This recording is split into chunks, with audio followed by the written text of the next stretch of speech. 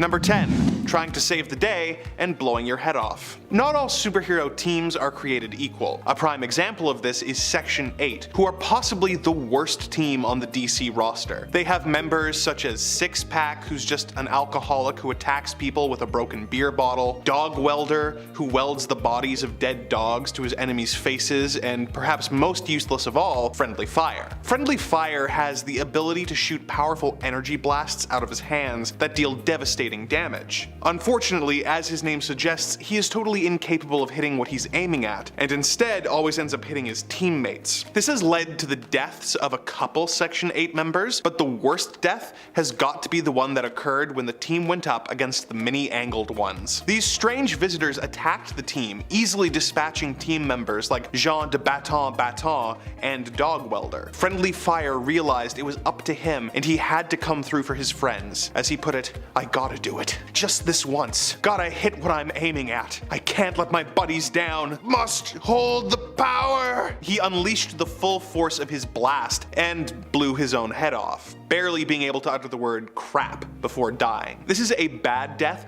but it also may be one of the most embarrassing ones you could possibly have. Number 9. Death by Psychic Squid. In Alan Moore's Watchmen, Earth is on the verge of atomic war with the doomsday clock ticking ever closer to the end of the world. In an effort to try and bring the world together with a common enemy, the smartest man on the planet, Ozymandias, puts a plan in motion to ensure a ceasefire between the States and the Soviets. He has a massive psychic squid engineered, and then he teleports it into the middle of New York City. It gives off a psychic pulse that causes the horrible deaths of half of the city. In the beginning of issue 12, we see the result of this, and the streets are littered with terrified looking bodies of people whose last moments were filled with nothing but pain and horror, having been declared acceptable losses in Ozymandias' unilaterally enacted plan to try and save the Earth. It's not the kind of end that anyone wants for themselves, and the cynical calculation of their lives being worth losing makes it even worse. In follow-up stories set in the Watchmen universe, which really shouldn't have been made, but whatever, we learn that this false flag alien attack was discovered by the general populace not long after, making all these deaths utterly meaningless. Number 8.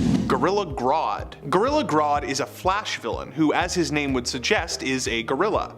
He is the king of a race of super intelligent gorillas who live in Gorilla City, and of course he hates humanity. He is a formidable foe, having telepathic powers that make him extremely dangerous. Beyond that, he's also a 600-pound gorilla. He is an extremely brutal character, and I don't really have much to say about him other than the fact that I think getting beaten to death by an angry 600-pound gorilla would be a really terrible way to die. Enough said. Number 7. Getting drained by Parasite. Rudy Jones was a relatively normal man until he won a tour of a LexCorp facility. While there, he dropped a donut on the floor and decided to eat it anyway, citing the 5-second rule. Unfortunately, the donut had landed in a bit of toxic waste and it affected Rudy, transforming him into a pink monster called the Parasite. The Parasite is always hungry and will do anything to try and satiate his hunger. When he goes up against Superman, he drains the Man of Steel's powers and grows stronger, but Superman isn't the only person he will go after. When the Parasite feeds on a normal civilian like you or me, he grabs them and drains their life force. This causes his victim to shrivel up and die, leaving nothing behind but a withered corpse. Now,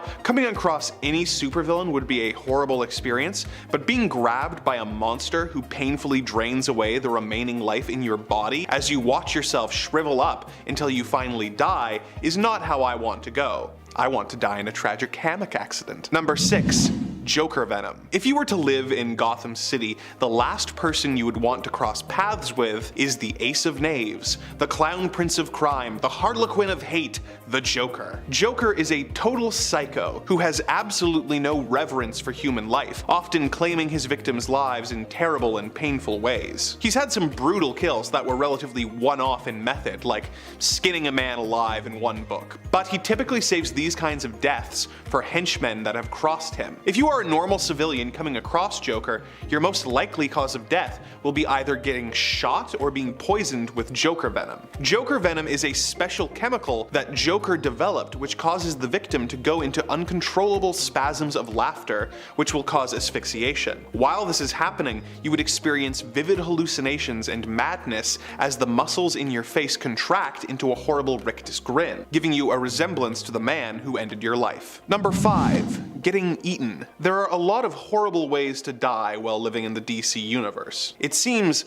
like no matter where you go, whether it be Gotham, Metropolis, or Keystone City, every other day there is some kind of supervillain attack that is going to result in a massive loss of life until the local superhero manages to stop it. One of the surprisingly common things you would have to worry about as a civilian in the DC universe is how many of these supervillains want to eat you. Off the top of my head, there is Yurd the Unknown, who is one of the 4 horsemen of the apocalypse but also a giant crocodile. He posed as a hero for a time to join the Black Marvel family before betraying the team and eating Black Adam's sidekick. That's right, that annoying kid who is following the Rock around in the Black Adam movie? Yeah, in the comics he gets eaten by a giant crocodile. And then there's King Shark, who is of course a massive humanoid shark who will often eat his prey. Then there's Killer Croc, who is a human who has a skin condition that makes him look like a crocodile, who is also known for eating people. Now, getting eaten by a monster would suck, but if you were eaten by a giant monster who was like a leviathan, then it would be over in like one bite. But these guys, although so large that you couldn't hope to fight back, aren't quite large enough to end your suffering in one chomp, and it would likely take a few very painful and very sharp bites before you bit the dust. Number 4. Turning into a Dollatron. Another Gotham rogue you wouldn't want to come across is Laszlo Valentine, otherwise known as Professor Pig. Pig is trying to achieve human perfection by kidnapping people and turning them into mindless and identical minions who he calls Dollatrons. The method of this is by burning a mask onto your face, which you could never remove, and then using surgical tools to put you through so much unimaginable pain that the trauma causes you to forget your identity and be simply a mindless doll who does Professor Pig's bidding. You may be thinking, oh, Andrew, they're not dead. Why are they on this list? Well, they have no trace of their prior identities remaining, and they have no thoughts or feelings of their own. For all intents and purposes, they're dead. And plus, it is not uncommon for Pig to send his Dollatrons to their deaths for the cause. So if you want to be really specific, this entry could be getting turned into a Dollatron who then blows themselves up. Number 3. Getting injected by the Scarecrow. Dr. Jonathan Crane is a Batman villain who has managed to come up with a chemical that causes those who ingest it to experience their greatest fears. When given the toxin in a gaseous form, the victim will have a really bad trip, seeing hallucinations that correspond with their fears. So if the person is scared of snakes, they will see that. However, Scarecrow also has a strain of his toxin which is much more powerful that he doesn't typically use. When the toxin is injected into the victim, they will experience the same unfathomable level of terror, slowly losing their minds until their heart eventually gives out, causing them to scare themselves to death. This is a rough way to go because you are dealing with the horror of being at the mercy of the Scarecrow, as well as the fear of death, and having to deal with your deepest, darkest fear at the same time. Ah, commitment! Number 2, getting captured by the Black Mask. When thinking about DC villains you wouldn't want to be stuck with, you might think the answer is Joker or Darkseid, but they, although cruel, usually dispatch their victims pretty quickly, all things considered. No, the villain you really have to hope you don't end up at the mercy of is Roman Sionis, aka the Black Mask. He is not above taking someone out with a simple headshot, but God help you if you come across him on a day where he has some time to kill. He is an expert at advanced interrogation techniques, being able to get even the most strong-willed person to talk after subjecting them to extreme pain, such as when he captured Spoiler near the end of the Batman War Games arc. Even if you don't have information he needs, you might end up in a sticky situation with the Mask, as he has a room designed exclusively for his horrible hobby where he practices on random people just for fun. So that would be a pretty bad way to die. Number 1. Prey of the Hunters 3. In Animal Man Volume 2,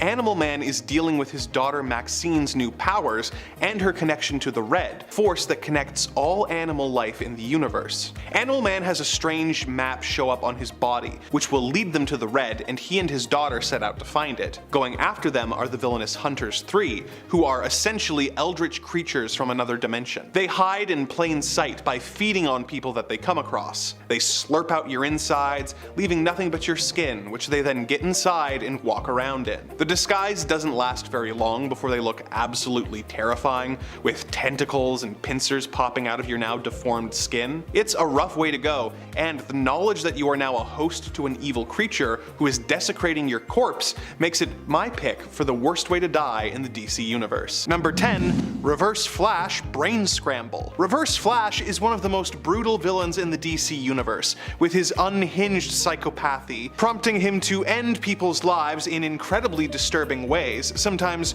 going back in time to prevent people from ever having even been born, and other times using his incredible speed to turn himself into a lethal weapon. In the Flash TV show, we've seen him vibrate his hand and use it to stop people's hearts, but in the classic comics, he used a similar but slightly different method on the Flash's wife. Over the course of their many battles, the hatred between Reverse Flash and the Flash grew exponentially, but while this was occurring, Reverse Flash was also falling in love with Barry's wife, Iris. He came into their home when Barry was away and proposed to Iris, who said no, because she loved her husband, and also because Reverse Flash is a crazy psycho. Reverse Flash got his revenge by sneaking into a costume party where everyone was dressed as superheroes, and he murdered Iris, who was dressed as Batgirl, by vibrating his hand so that it could pass through her skull and scramble her brain. There are certainly more painful ways to go, but the speed of this death is what makes it so bad. One moment you're at a party with your whole life ahead of you,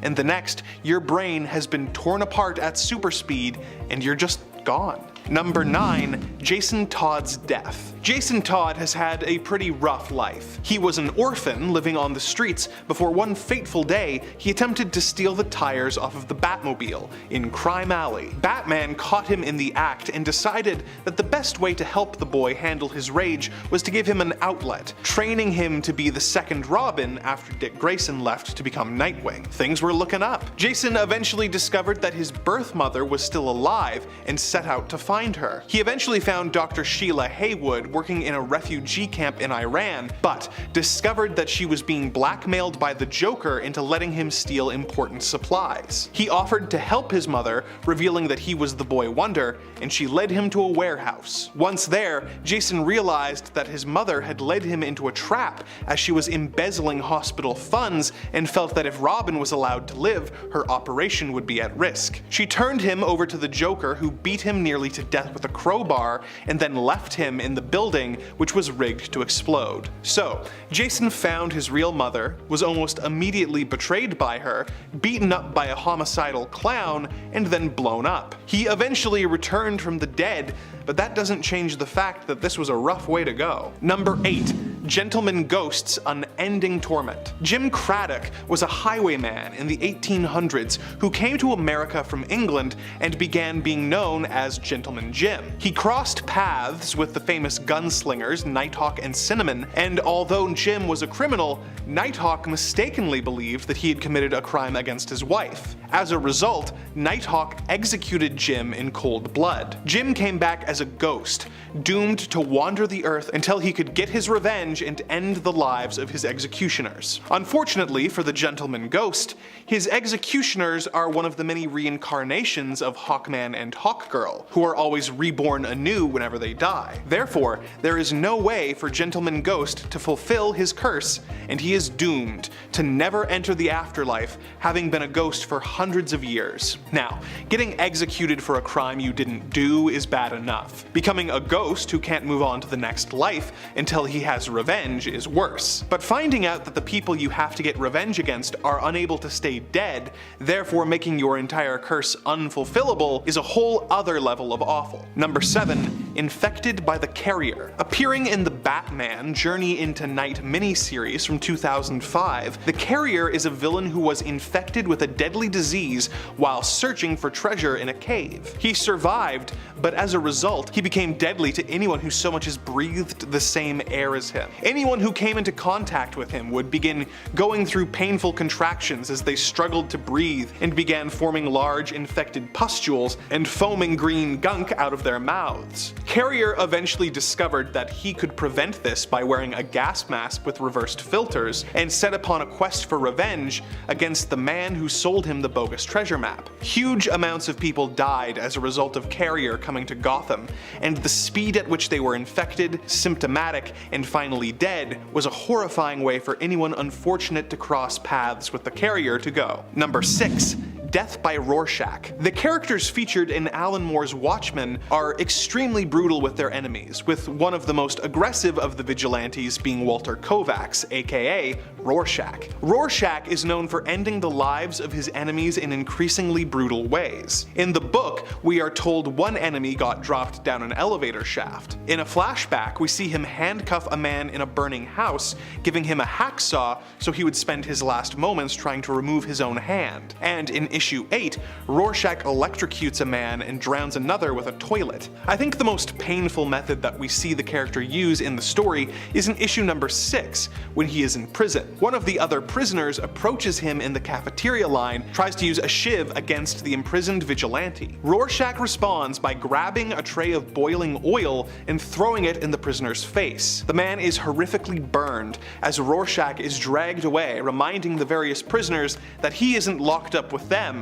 they're locked up with him. The burned man spends days in the prison hospital in excruciating pain before he finally passes away from his injuries. Number 5.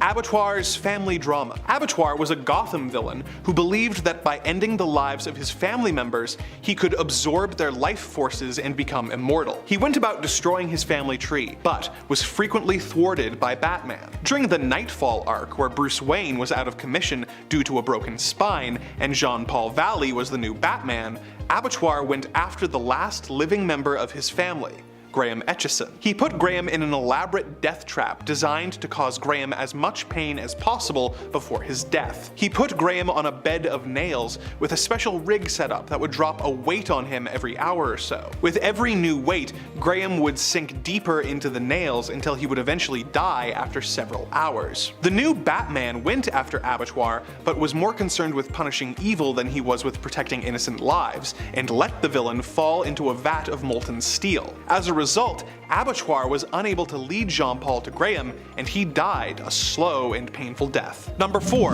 Mr. Hyde plays Hyde the Jekyll with the Invisible Man. Another Alan Moore series known for its dark themes and extreme violence is The League of Extraordinary Gentlemen. In it, characters from classic literature come together to form a team. One of the members of the team is Holly Griffin, otherwise known as the Invisible Man. He is a twisted monster of a man who uses his abilities to have his way with unsuspecting women, and in volume 2 of the series, he takes his lack of morality to new levels. When Martians invade the Earth, he realizes that there is no way for humanity to win the War of the Worlds, and decides to save his own skin by making a deal with the invaders to betray humanity in exchange for being allowed to rule the planet alongside them. He also attacks his teammate Mina Murray, thus earning the ire of another of his teammates, Edward Hyde. In the League universe, Edward Hyde is kind of similar to the Hulk, being incredibly strong and about 3 times his usual size. So, in issue 5 of volume 2, he decided to use his size to his advantage,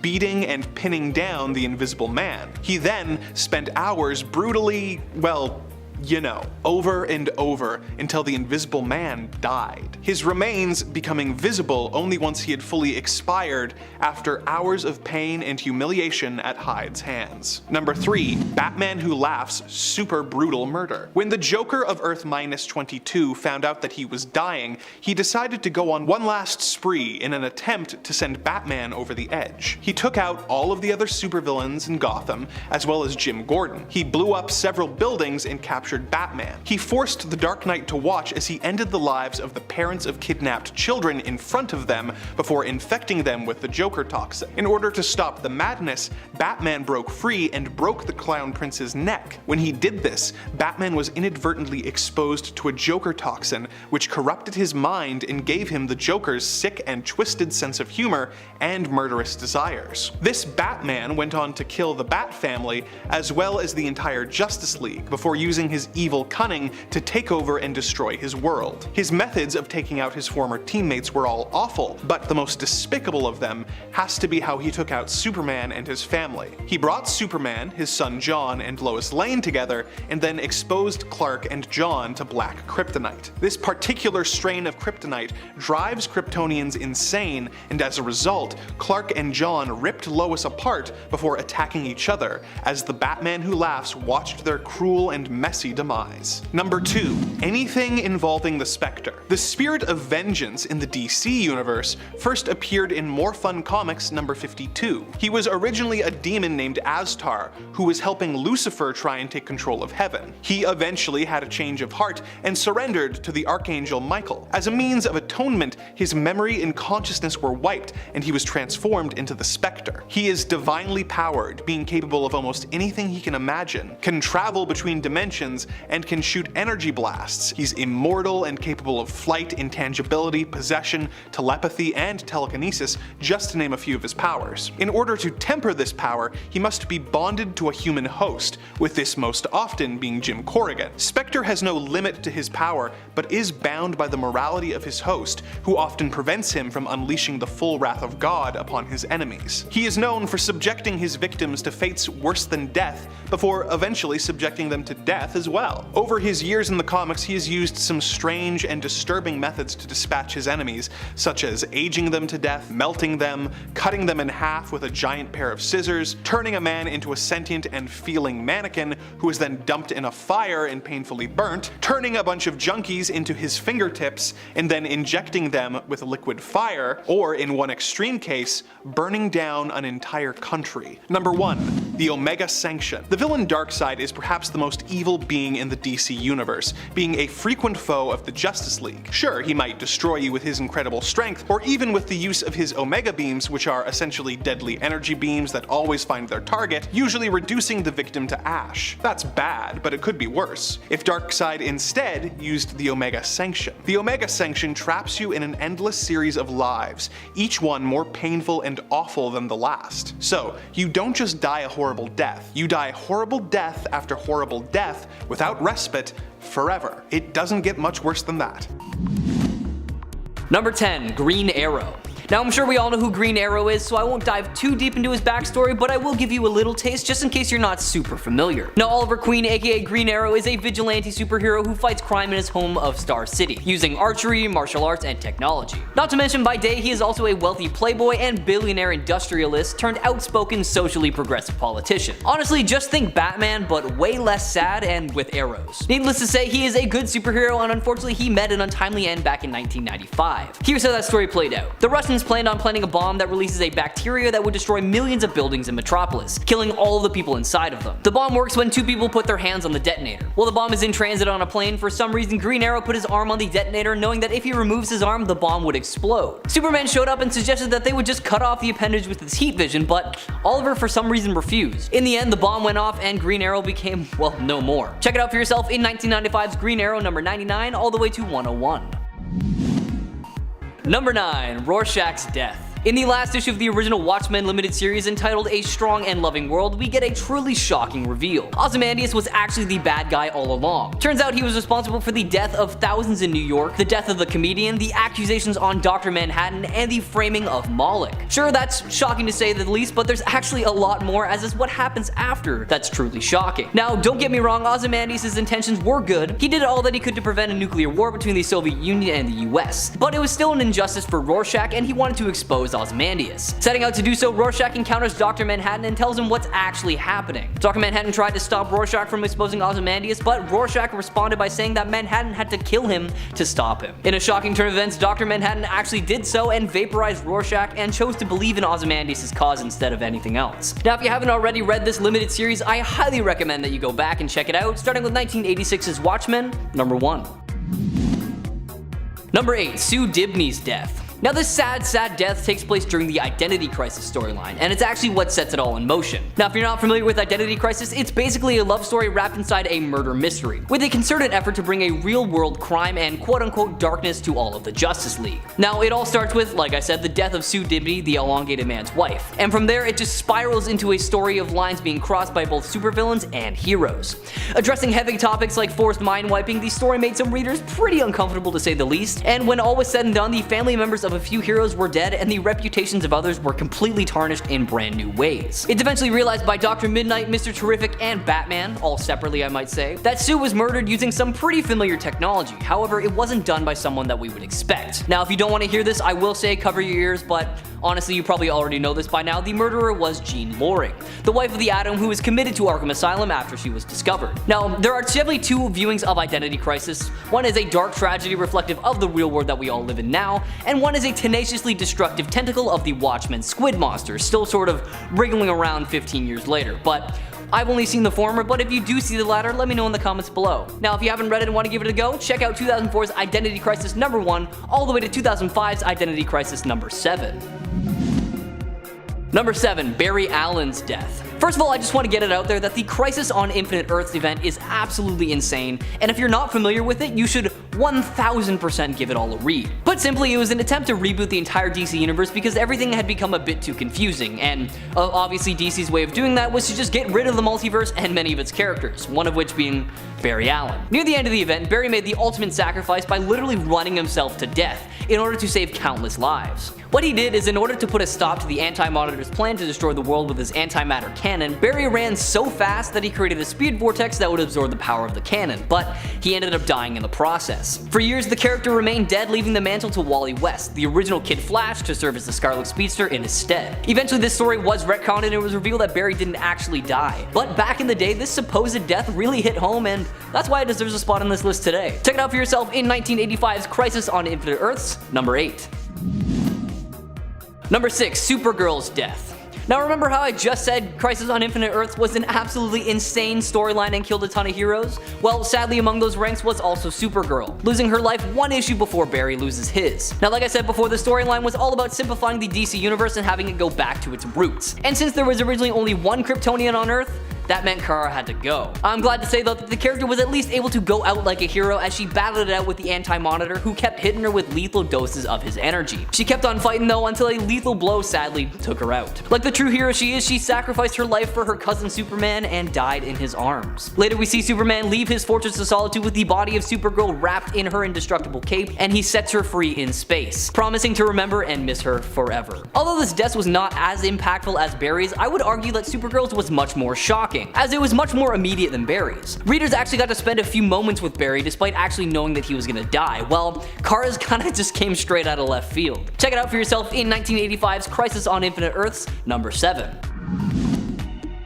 Number 5. Ted Kord's death. In the pages of Countdown to Infinite Crisis, the second Blue Beetle, Ted Kord, is left near bankruptcy after funds from his company were mysteriously stolen. His investigation into his missing fortune leads him to something much darker though. A conspiracy to wipe out the superhuman community orchestrated by the Justice League International's former manager, Maxwell Lord. Lord had definitely enjoyed his influence over the Justice League and the formation of Justice League International in the wake of Crisis on Infinite Earths. I mean, he was a wealthy and powerful businessman who claimed to have learned nobility and compassion from his late father, Maxwell Lord III. All of this pointed to him as a very genuine figure out to keep Earth safe, but I guess we were wrong because during the Invasion saga, Lord acquires the superpower of mind control, and things only got worse from there. The build up to Infinite Crisis saw many shocking events occur in the DC universe, including Lord's brutal murder of Ted Kord. Lord's betrayal didn't even end there, as he continued to damage the League throughout the Infinite Crisis. Thankfully, Wonder Woman straight up just murders him after he mind controls Superman into assaulting his fellow Leaguers, snapping his neck, which was also super shocking, so I guess this point is kind of a twofer. Check out this death in 2005's Countdown to Infinite Crisis, number 1.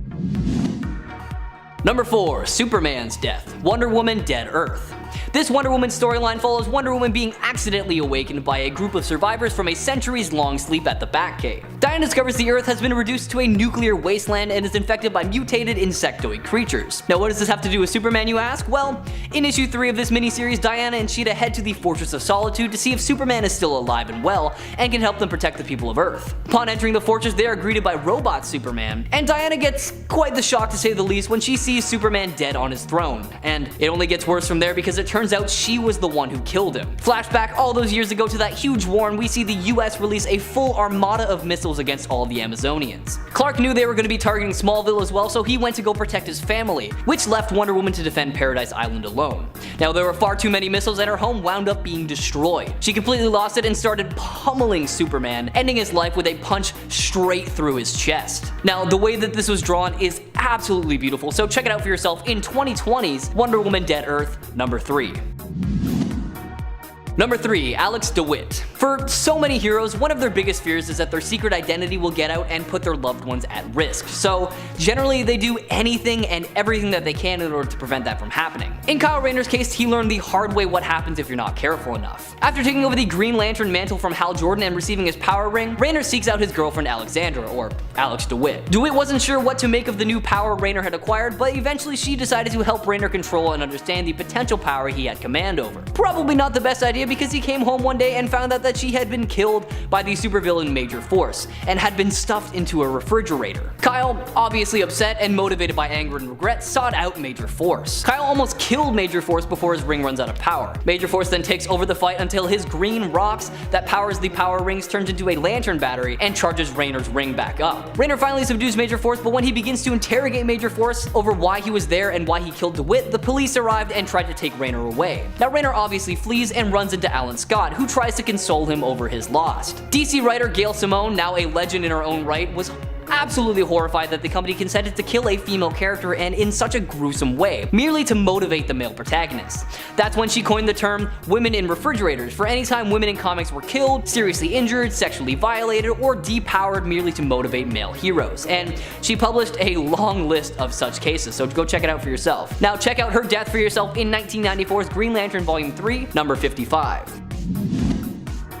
Number 2. Jason Todd's death. The death of Jason Todd was so surprising that it not only shocked readers, it shocked DC themselves. Now the character had a pretty weird history as he was introduced as a new teenage Robin after Dick Grayson grew up and became Nightwing, but fans weren't really too keen on him. In 1988, DC Comics writer Denny O'Neil pitched the idea to make the readers vote via 1-900 numbers on how a story should end, and O'Neil knew that the vote couldn't be on something tiny or small, so he decided that the vote would be about the fate of Jason Todd. Knowing that Todd was relatively unpopular, it seemed like the right thing to do to help settle what needed to be done with the character. Setting up a 36-hour voting period, readers got one of two numbers to call from the back of Batman number 427. The ending of that issue showed us the Joker beating Todd with a crowbar, leaving him in a warehouse that was set to explode. Then issue number 428 came out and the final vote was 5,343 for killing Jason Todd and 5,271 against killing him, meaning that his fate was kinda sealed. Jason Todd was dead, and the iconic image of Batman carrying Todd's dead body that followed was one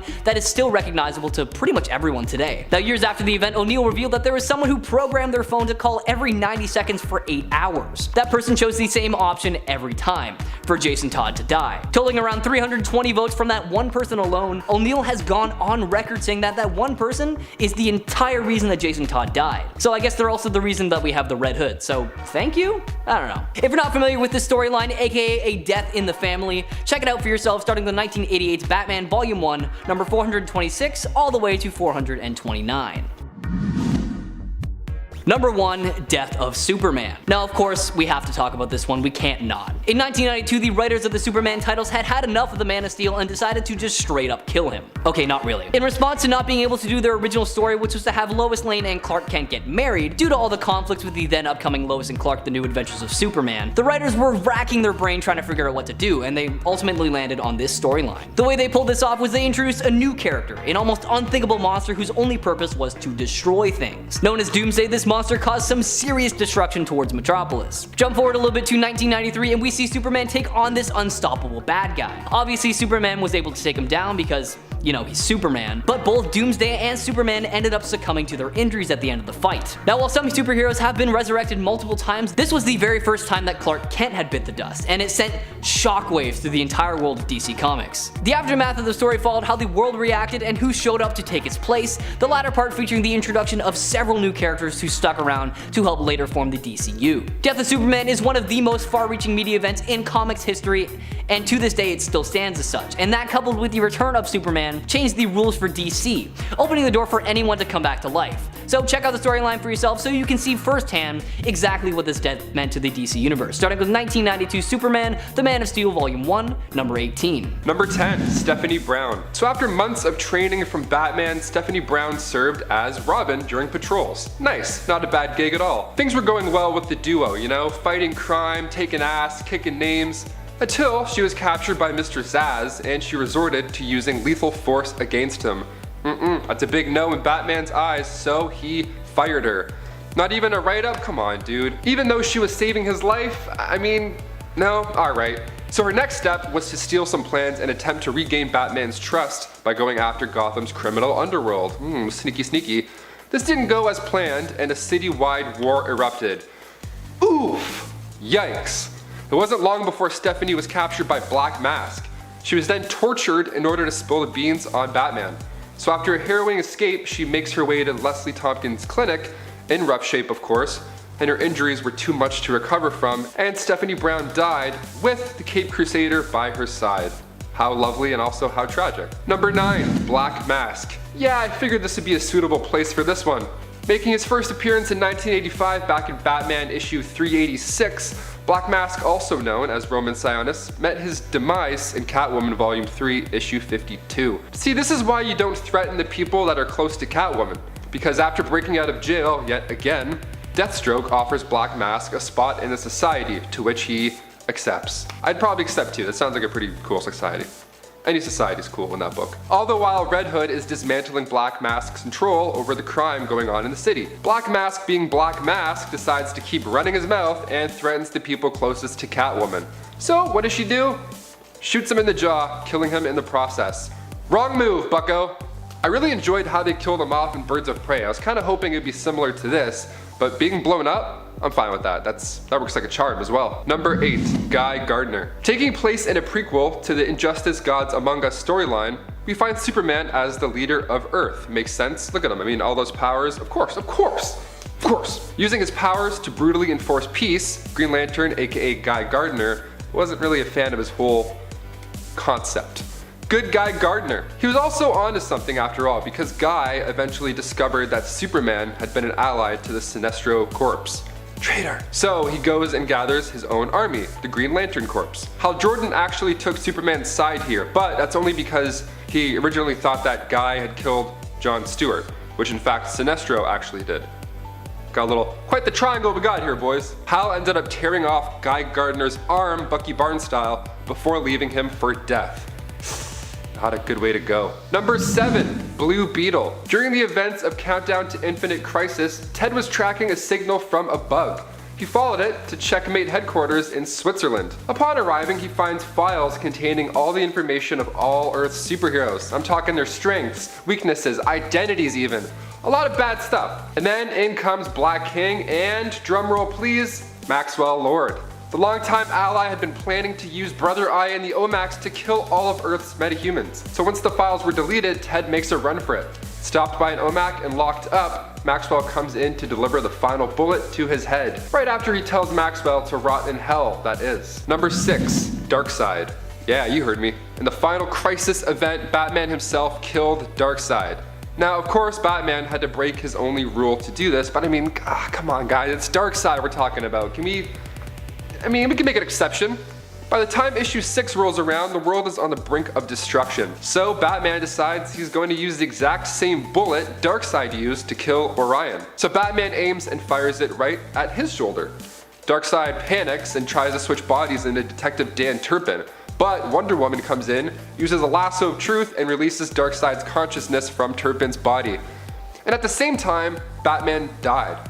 What an event, that's right, so at the same time that Batman shot Darkseid with that bullet, Darkseid used the Omega Beams and just straight up obliterates Batman.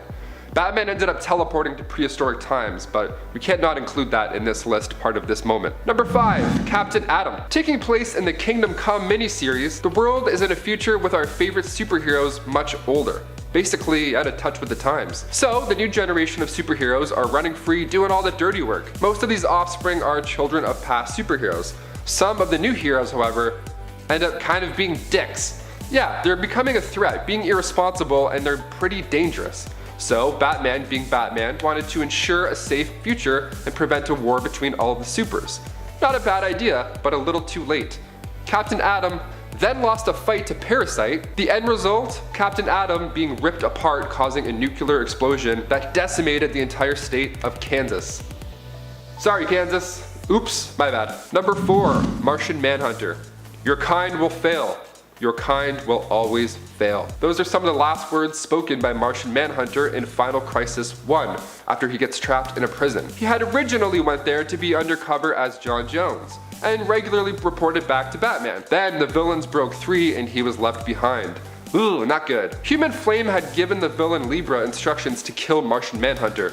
Don't do it! So Libra went and stabbed Martian Manhunter with a staff in front of the entire secret society of supervillains, or SS or SOV. Okay, some acronyms don't work, okay? So upon his death, he returned back to his Martian form, and in his final moments, he still managed to send a message back to the Justice League.